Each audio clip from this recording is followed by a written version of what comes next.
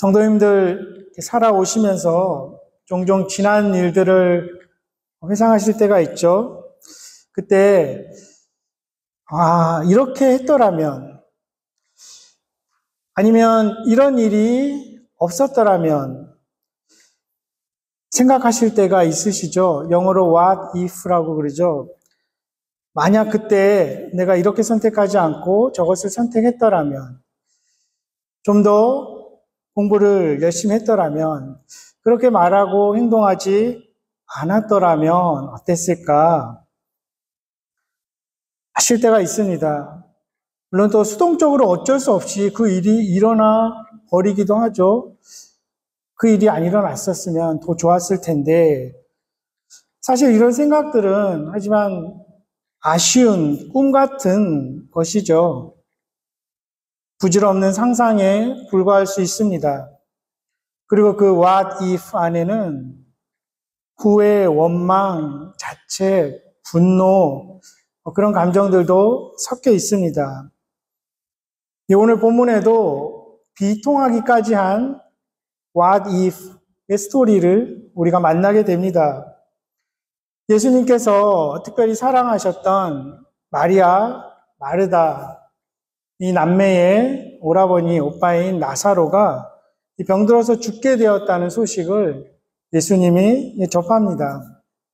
이 마리아는 오늘 읽지 않았지만 2절에 보니까 12장에 나옵니다. 값비싼 향유를 깨뜨려서 예수님의 머리에 붓고 자신의 머리카락으로 이렇게 주님의 발을 씻기던 자다. 이렇게 설명해 놓습니다. 다음 장에 마리아가 할 행동을 미리 보여주고 그것이 예수님의 죽음을 예비하는 그런 의미인 것을 사도 요한이 말하고 있는 것입니다. 또 한편으로는 마리아라는 이름이 흔한 이름이었죠. 그래서 여러 명의 마리아가 성경에 등장합니다. 조금 구분하기 위해서 일부러 적어 놓은 것도 같습니다. 지금 이 예수님은 이 10장 마지막 부분에서 지난주에 우리가 봤듯이 이제 유대 당국자들, 종교 지도자들과 이제 충돌이 일어나니까 그 예루살렘에 있는 유대 지역에서 조금 멀리 떨어져 있습니다. 그리고 지금 나사로가 사는 동네는 베단이라고 나와 있죠. 예루살렘에서 한 3km 남짓, 빨리 걸어가면 1시간이면 걸어갈 수 있는 예루살렘에서 그 가까운 곳이죠. 그 베다니에서 살고 있었습니다. 베단이라는 뜻은 가난한 사람들의 집이라는 뜻입니다. 좀 빈민촌인 것을 우리가 상상해 볼 수 있습니다. 마리아와 마르다가 빨리 와 주십시오. 직접적으로 이렇게 표현하진 않았죠. 완곡하게 표현을 했지만 예수님에게 좀 속히 오셔서 고쳐주십시오. 이런 요청을 한 것이죠. 3절이 그렇습니다. 그런데 예수님은 특별히 사랑하는 그들의 요청에도 불구하고 바로 움직이지 않습니다. 자신이 계신 곳에 이틀을 더 머물면서 지체하시죠. 그리고 이틀이 지난 후에 이제 그리로 가자 말씀하십니다. 빨리 와 주시기를 바라는 그런 두 자매의 요청과는 반대로 지금은 이제 제자들이 만류하고 있습니다. 가면 안 됩니다. 최근까지도 그 유대인 당국자들과 충돌하지 않았습니까? 거기 지금 가면 체포될 수도 있고 위험합니다. 이 이야기를 하는 겁니다.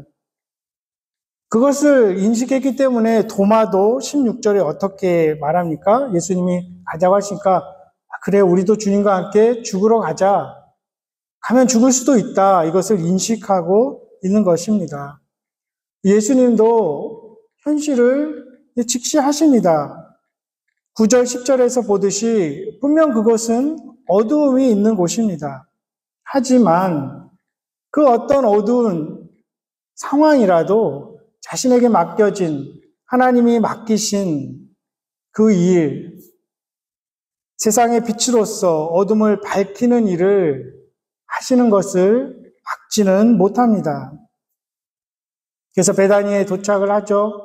하지만 나사로는 죽은 지 이미 4일이나 되었습니다. 마르다가 예수님에게 와서 21절에 이렇게 이야기합니다. 만약 주께서 여기 계셨더라면 내 오라버니가 죽지 아니하였겠나이다. 32절에 이번에는 마리아도 똑같은 말을 합니다. 만약, what if, 주님이 여기 계셨더라면 오빠가 죽지 않았을 것입니다. 참 아쉬움이나 씁쓸함을 넘어서 정말 비통하기까지 한 what if죠. 자매들이 요청했을 때는 가지 않으셨고 제자들이 만류하는데도 이제는 결국은 주님은 가시죠.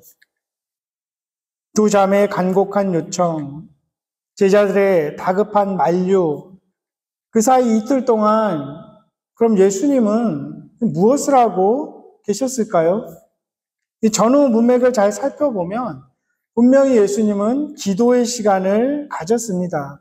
우리는 상상해 볼 수 있습니다. 그 시간에 예수님께서 나사로가 병들어 죽게 되었다는 소식을 듣고 설사 그가 죽을지라도 물론 죽을 것이지만 시체가 부패하지 않도록 보존되기를 기도하셨을 수도 있습니다. 무덤 안에 온전히 시신이 잘 안장되어 있기를, 그리고 하나님께서, 아버지인 하나님께서 내 기도를 들으시고 그의 생명을 되찾을 수 있기를 기도하셨을 것을 우리는 상상해 볼 수 있습니다. 예수님의 삶 전체가 항상 하나님과 교통하는 그러한 삶이었습니다. 41절, 42절에서 우리가 보게 되듯이 예수님은 항상 하나님의 임재 앞에 계셨죠. 늘 그분과 긴밀한 교제를 가지신 분입니다. 그렇게 41절에 보면 예수께서 눈을 들어 우러러보시고 이르시되 아버지여 내 말을 들으신 것을 감사합니다. 내 기도를 들어주셔서 감사합니다. 말씀하십니다. 42절에는 항상 내 말을 들으시는 줄을 내가 압니다. 이런 표현도 나오죠. 항상 하나님은 예수 그리스도의 기도를 들으시는 분입니다. 그분이 아버지 하나님이시기 때문이죠. 그렇기 때문에 예수님은 제자들에게 누가복음 11장에서 기도를 가르치실 때도 너희는 이렇게 기도하라 하면서 제일 먼저 가르쳐 주신 것이 하늘에 계신 우리 아버지여, 이렇게 시작되는 기도를 가르쳐 주셨습니다. 그 이틀 동안의 기도, 그 하나님과의 깊은 대화를 통해서 이제 예수님은 담대함, 확신을 얻으신 것입니다. 그리고 어떤 외관적인 요소, 인간적인 요청, 만류에 따라 행동하지 않으시고 온전히 하나님의 뜻에 순종하는 그 흔들림 없는 모습을 우리에게 보여주십니다. 두 자매의 요청, 제자들의 만류 사이에서 하나님과 깊은 교제의 시간을 가지신 이 주님의 기도의 결과는 무엇입니까? 죽은 나사로를 살려내시는 것입니다. 그 일을 통해서 나사로의 가족, 또 그 주위의 사람들, 제자들에게도 하나님이 자신의 기도를 들으신다는 것을 보여주셨습니다. 그리고 무엇보다도 예수님 자신이 나는 부활이고 생명이다, 이것을 분명히 가르쳐 주시고 선언하는 계기가 되셨죠. 요한복음에 계속 등장하죠. 나는 무엇이다, 나는 무엇이다. 출애굽기 3장에 나오는 하나님이 나는 나다, 나는 스스로 존재하는 자다, 이것을 보여주시는 그런 표적이라고 했습니다. 그리고 그것은 굳이 시제로 따지면 영원한 현재형, eternal present라고 표현할 수 있습니다. 즉 예수님께서 불러오시는 그 부활 영원한 생명은 미래에만 국한된 것이 아니라는 것이죠. 미래의 부활은 지금 마르다도 믿고 있습니다. 24절에 마지막 종말 때의 부활을 저도 믿습니다, 이렇게 고백을 하죠. 하지만 그 마르다의 고백은 어떤 면에서는 그냥 교리적이고 사변적인 그런 고백에 머무를 수 있습니다. 지금은 죽음이 가져다 주는 그 두려움, 그 무기력함에 지배되어 있을 수 있는 것이죠. 그러한 마르다에게 예수님은 나는 부활이요 생명이다 라고 말씀하시는 것은 너가 가지고 있는 그 소망을 철저하게 재구성하라는 권면이기도 합니다. 부활이요 생명이신 예수님을 믿는다는 것은 지금 현재 이미 죽음을 이기고 살아가고 있다는 것을 말씀하시는 것입니다. 그것은 실존입니다. 요청과 만류 사이에 지체하시는 것처럼 보이는 그 주님의 기도 시간을 통해서 하나님은 영광을 받으시고 많은 사람들이 생명이신 부활이신 예수 그리스도를 믿게 되었습니다. 4절, 15절, 42절을 통해 알게 됩니다. 우리 그리스도인들도 주님께 살아가면서 요청을 하죠. 어떤 것은 다급하고 간곡한 요청이기도 합니다. 그런 경험들이 있으실 것입니다.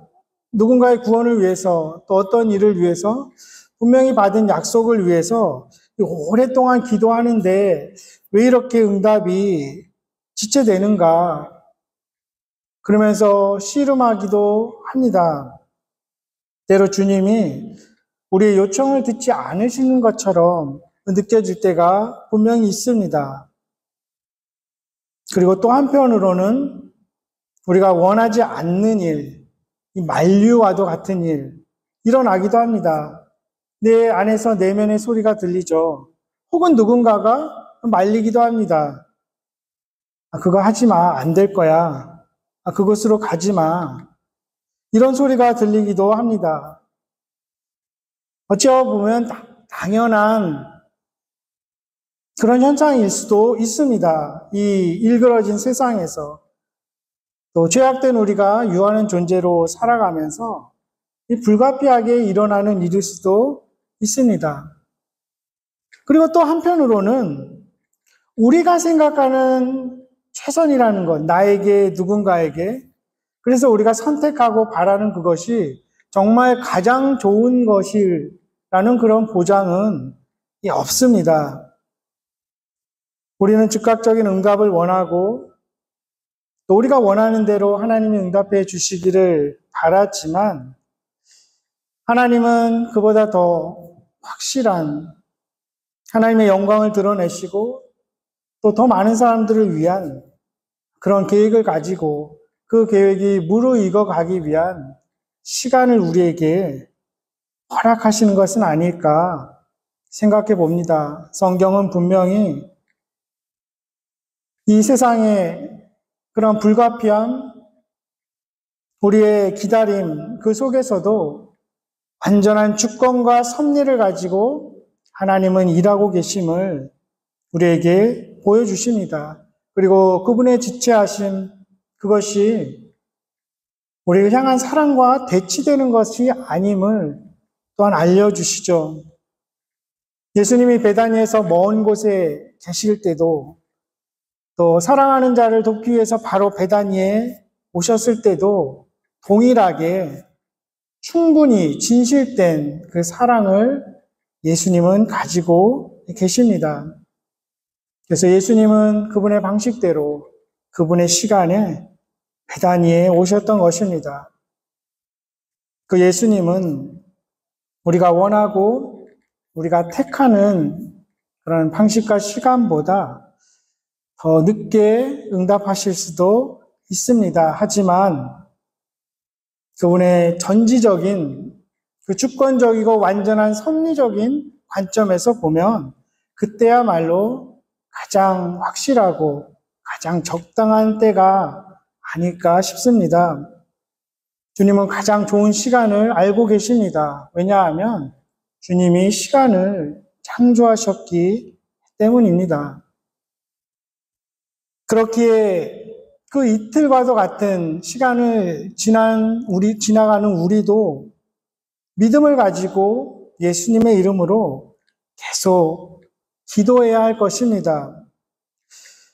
때로는 이런 생각도 들죠. 우리의 잘못, 부족함, 죄됨을 생각하면 예수님이야 온전하셨으니까 하나님이 다 들어주셨겠지만 나 같은 사람이 무슨 염치로 기도할까?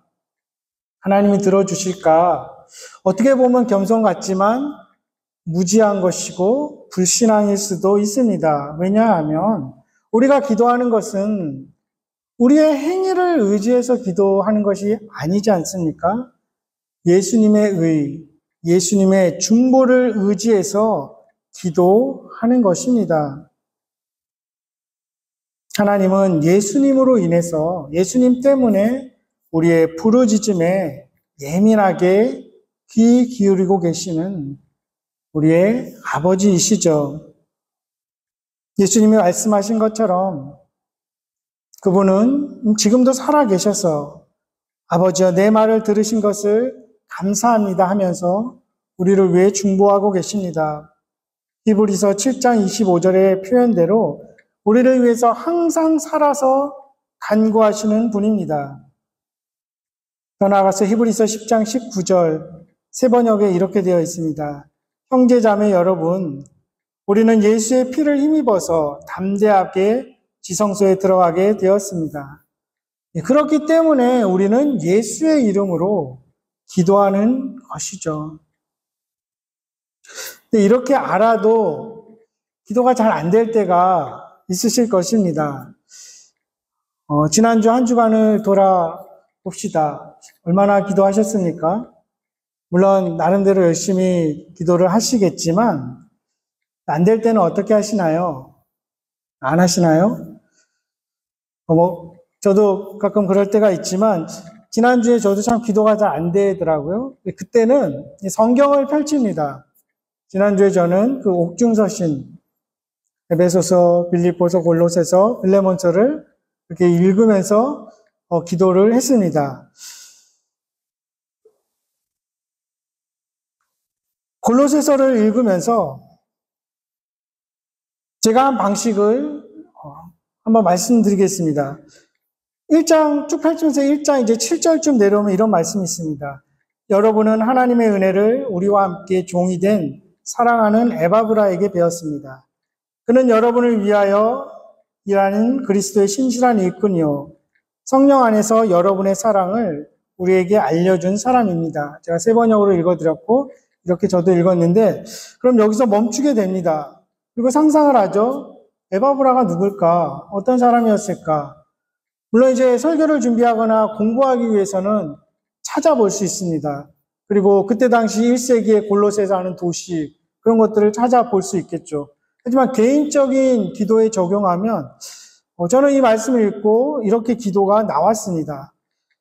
우리 교회 성도님들 모두도 이 에바브라와 같은 성령 충만한 사람, 사랑을 실천하는 사람들, 지금까지 그렇게 살아오셨는데 앞으로도 계속 그렇게 사랑하게 해 주십시오.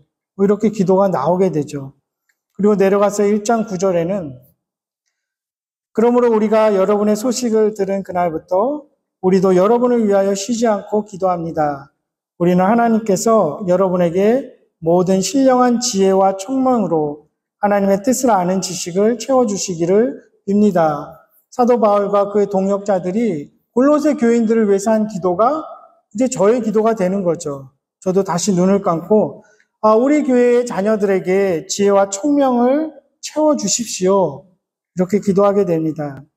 10절에는 여러분이 주님께 합당하게 살아감으로써 모든 일에서 그분을 기쁘게 해드리고 모든 선한 일에서 열매를 맺고 하나님을 점점 더 알고 하나님의 영광의 권능에서 오는 모든 능력으로 강하게 되어서 기쁨으로 끝까지 참고 견디기를 바랍니다.